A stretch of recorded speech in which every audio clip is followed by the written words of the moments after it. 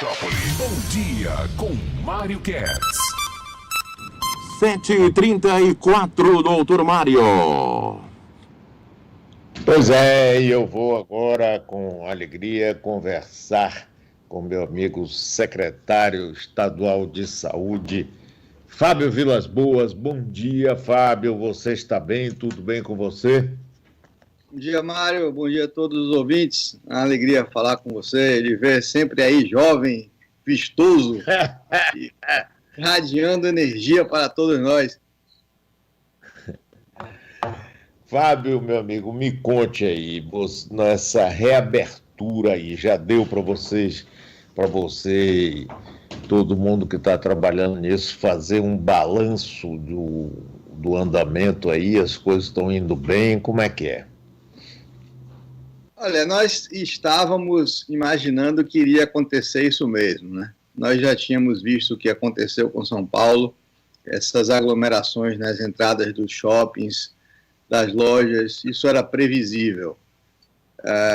Felizmente, isso aconteceu de forma mais acentuada nos primeiros 3 dias.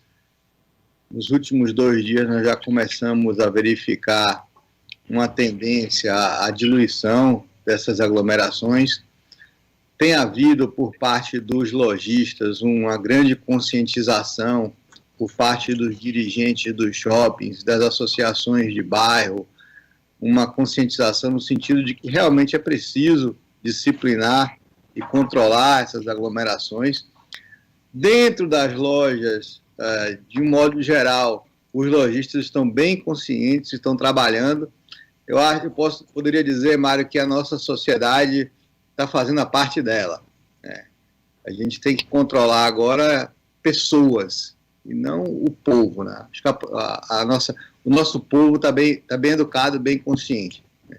E tem que atuar em cima daqueles que são a exceção, que vão desobedecer, que vão expor os outros ao risco, pessoas geralmente egoístas, pessoas muito cientes de si mesmas, muito confiantes em si. Essas pessoas se acham indevassáveis, são imunes a tudo, e essas que são as mais perigosas para nós. O que é que você acha, Fábio, que passa na cabeça dessas pessoas? Quer dizer, tem umas que a gente tem que entender que são aquelas que têm que sair para poder garantir uma forma de sobrevivência, não é?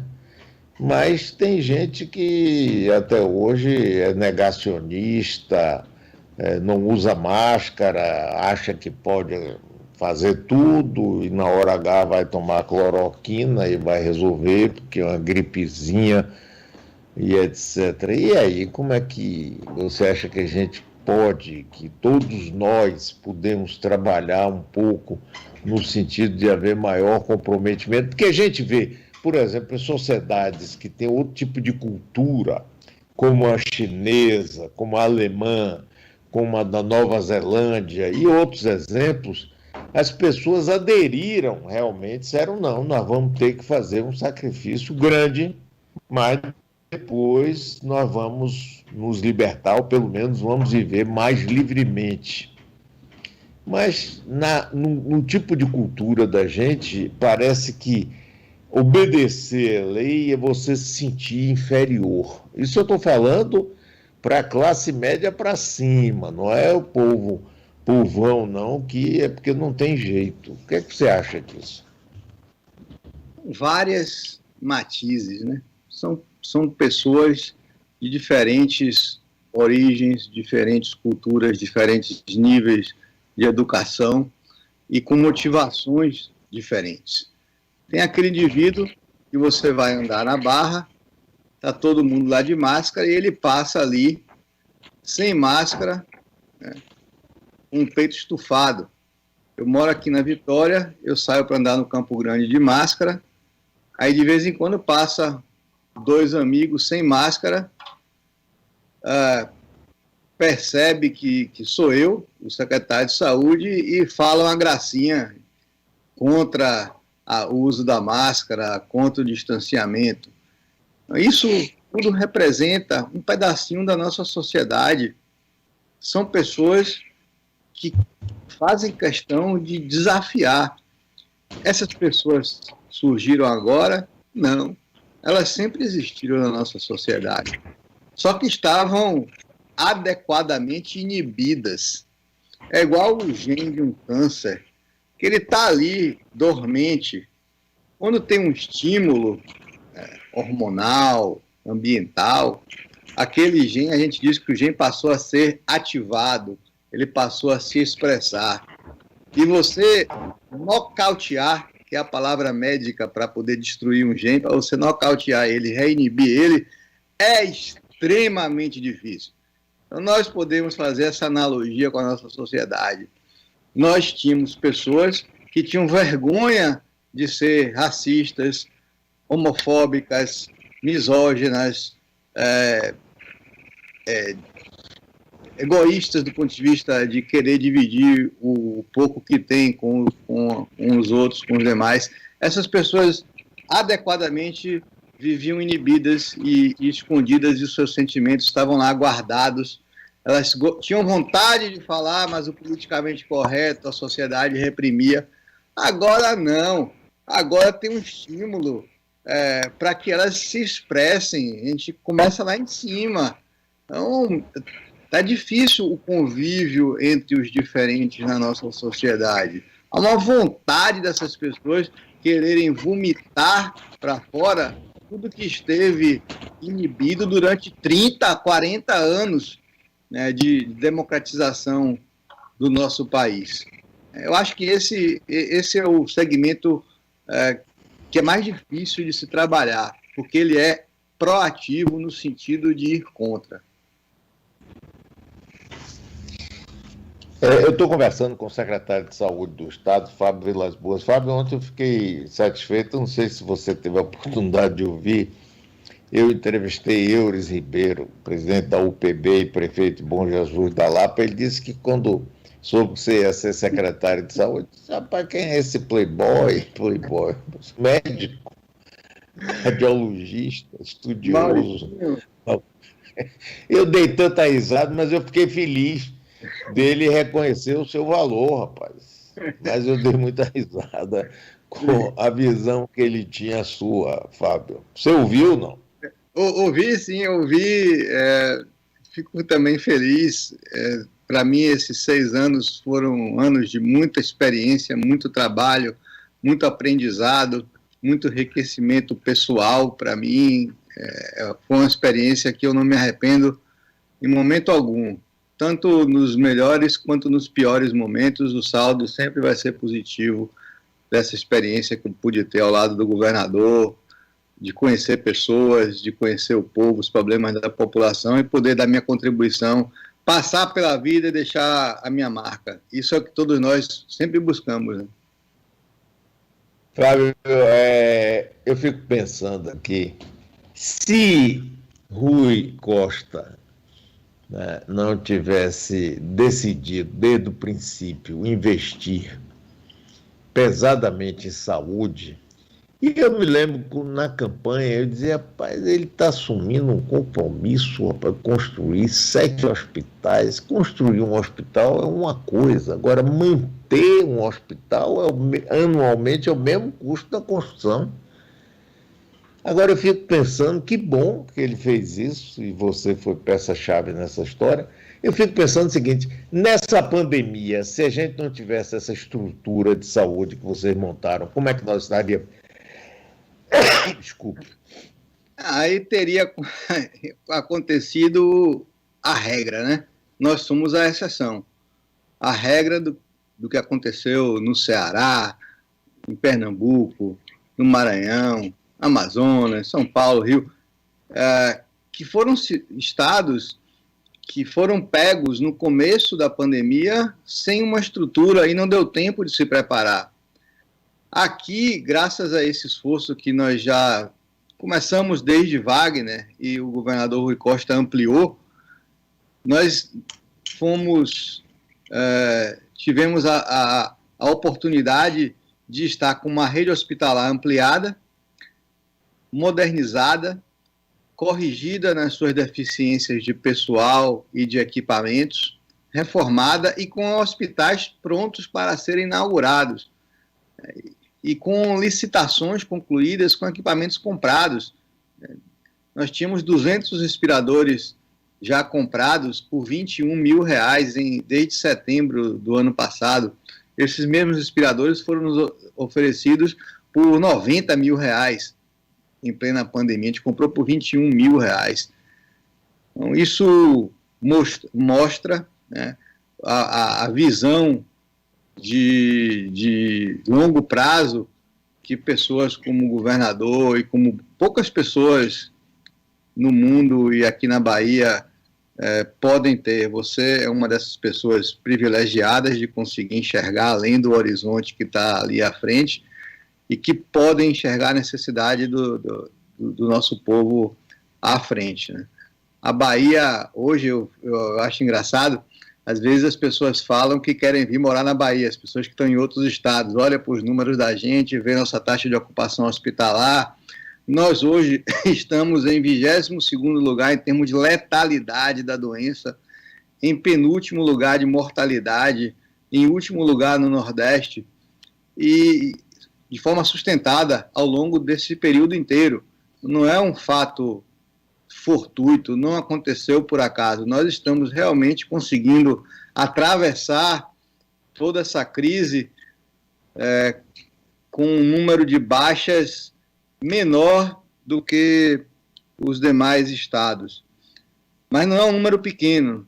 Morrer 40 pessoas todos os dias de Covid não é pouca coisa.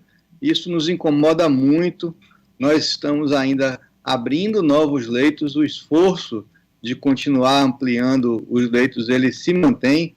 Essa semana o governador autorizou e pediu que a gente pudesse buscar abrir mais leitos em Juazeiro, em Jequié, em Vitória da Conquista, Caetité, tudo isso, Porto Seguro vai ficar pronto essa semana, porque a gente quer dar um colchão para absorver essa demanda. E sem olhar para a conta. A ordem é abra, depois a gente vê como é que vai pagar. Agora, tem um ouvinte aqui perguntando se você não acha que a Elvira de Araújo, Galiza, pergunta se você não acha que o governo e a prefeitura demoraram mais do que deveriam para abrir o comércio, abrir as atividades. De forma alguma, o processo de abertura agora, ele pode até ser considerado precipitado. Se você for olhar assim, nós estamos ainda numa fase de crescimento do número de casos. É um crescimento pequeno, mas é um crescimento. A decisão de abrir foi uma decisão tomada depois de 45 dias de estudos dos técnicos da Prefeitura de Salvador, do governo do Estado, e foi tomada com muita responsabilidade, medindo os riscos e os benefícios. Se nós quiséssemos pecar pelo excesso, a gente só ia abrir no dia que tivesse aí 7 dias, 14 dias de ausência de crescimento, que era a ideia nossa original. Parou de crescer, chegou no platô, 14 dias de estabilidade, vamos abrir. Só que isso ia demorar ainda algumas semanas para acontecer. A Bahia está crescendo aí em torno de 2% a 3% por dia, fruto de uma interiorização da doença. Nós não vamos chegar nesse platô de zero ou de decréscimo dentro dos próximos dias. Dizer que nós abrimos tardiamente, eu posso lhe afirmar que não. Abrimos na hora que nós achamos que o equilíbrio entre o risco e o benefício nos permitia abrir, e para isso nós criamos um colchão de 25% de possibilidade de crescimento de ocupação de leitos. definimos que abaixo de 75% seria possível abrir. Se houver qualquer incidente e houver uma necessidade de internação, aí nós temos para onde crescer.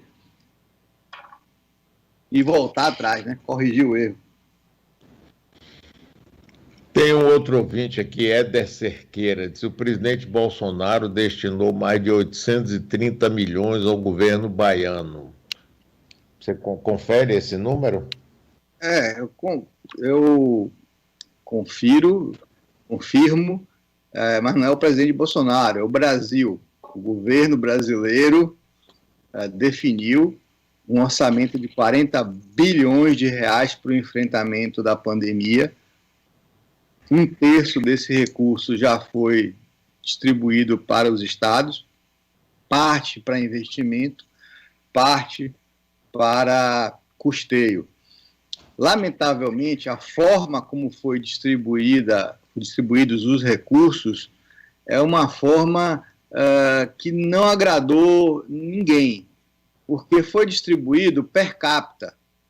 Se pegou e distribuiu o dinheiro para o Brasil inteiro em função do número de habitantes. Agora, você imagine que um estado da Bahia, o governo do estado da Bahia, que está aí com 80% do fardo de manter hospitais e UTIs e pronto-atendimentos em todo o estado, recebeu a mesma coisa que o município de Salvador, por exemplo. Igual, valor semelhante.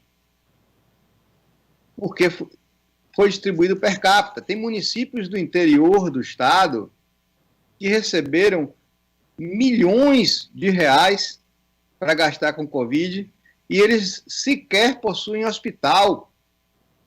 Não tem onde gastar. Você vai ver, Mário, ao longo dos próximos meses aí, prefeitos com problemas sérios, porque esse dinheiro é carimbado. Ele só pode gastar com ações de coronavírus.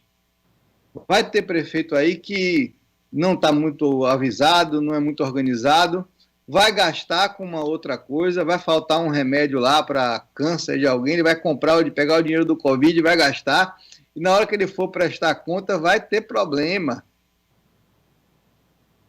Vai ter mesmo. Agora, esse dinheiro é aquela ajuda que foi aprovada no Congresso Nacional, é isso, Fábio? Isso, existe a ajuda, que foi essa mais recente, da chamada Lei 1666, mas houve outras transferências voluntárias do governo federal para apoio ao coronavírus. O governo federal colocou recursos, tem habilitado leitos de UTI, o ministro atual, o general Pazuello, ele tem sido muito mais diligente nas liberações de recursos e de custeio, de habilitações e de equipamentos do que o ministro anterior. Existe uma maior fluidez no Ministério, provavelmente refletindo uma despolitização do Ministério da Saúde, que estava muito contaminado anteriormente, mas isso é fruto da necessidade, né? Se o governo federal não tivesse feito esse aporte para o Brasil inteiro, a gente ia ver um genocídio dos mais pobres em todo o Brasil. Agora, Fábio, você e a prefeitura, vocês estão fazendo um trabalho belíssimo juntos, inclusive de repercussão nacional, trabalho de Rui com Neto e de seu com o Léo Prates. Eu entrevistei Rui aqui, eu falei disso, ele deu risada, disse: Léo Prates até sugeriu que tivéssemos um candidato único a prefeito de Salvador, e deu uma gargalhada. Isso é uma coisa fantástica, né? É um exemplo que deveria ter vindo lá de cima e todo mundo fazer isso. Esquecer política, não tem ideologia. Coronavírus pega de direita, de esquerda, de centro, etc. Mas eu queria te perguntar o seguinte: vocês estão monitorando a todo momento o que está acontecendo em função dessa primeira abertura? Se for necessário, se tiver algum problema, pode também haver um fechamento de novo, não pode? Sim, pode. A população pode ficar tranquila. Nós estamos acompanhando minuto a minuto. Eu tenho um painel que o povo hoje chama de BI, né? É um painel de computadores na parede lá do meu gabinete. Nós construímos um prédio anexo à secretaria, que é chamada de Central de Comando e Controle Integrada da Saúde, que é um prédio todo tecnológico, só de indicadores, só de acompanhamento. A gente acompanha digitalmente tudo o que está acontecendo nos 4 cantos da Bahia. E nós trouxe uma profissional, Isabel Marcílio, que é professora de epidemiologia da Universidade de São Paulo, baiana, filha do finado professor Carlos Alfredo Marcílio de Souza. Trouxe ela da USP para estar conosco aqui, coordenando a sala de situação, e nós estamos acompanhando todos os municípios, Mário, todos, com 2 dezenas de epidemiologistas, para que a gente possa intervir imediatamente quando começar a haver qualquer tipo de surto localizado. O governador tem sido muito importante nesse papel, porque ele chama os prefeitos para uma reunião, discute, coloca a polícia militar à disposição, porque os prefeitos, alguns deles, não conseguem ter força, ter autoridade para poder se impor à população. Eles não têm guarda municipal ou estão desgastados, e aí o apoio da polícia militar, o apoio do governador tem sido muito importante para conter isso. Assim foi feito na região Cacaueira, foi feito no Extremo Sul, foi feito na região de Jequié, de Conquista, de Feira de Santana. Tem ajudado muito esse apoio que o governador tem dado pessoalmente nisso. Valeu, Fábio. Olha, muito obrigado, viu, pela sua participação, pelo seu trabalho aí, e esse negócio que Euris falou, você achei ótimo, porque reconheceu o seu valor e o do governador. Um abraço para você, e a gente, sempre que for preciso, você sabe que as portas estão abertas com alegria e satisfação em te ouvir e falar com você, Fábio. Um grande abraço para você. Obrigado, Mário. Sempre uma alegria voltar a vê-lo, e mais do que ouvi-lo, vê-lo firme, forte. Vamos em frente, vamos para os 100 anos. Valeu, meu amigo. Um abração para você. Vamos para o intervalo comercial.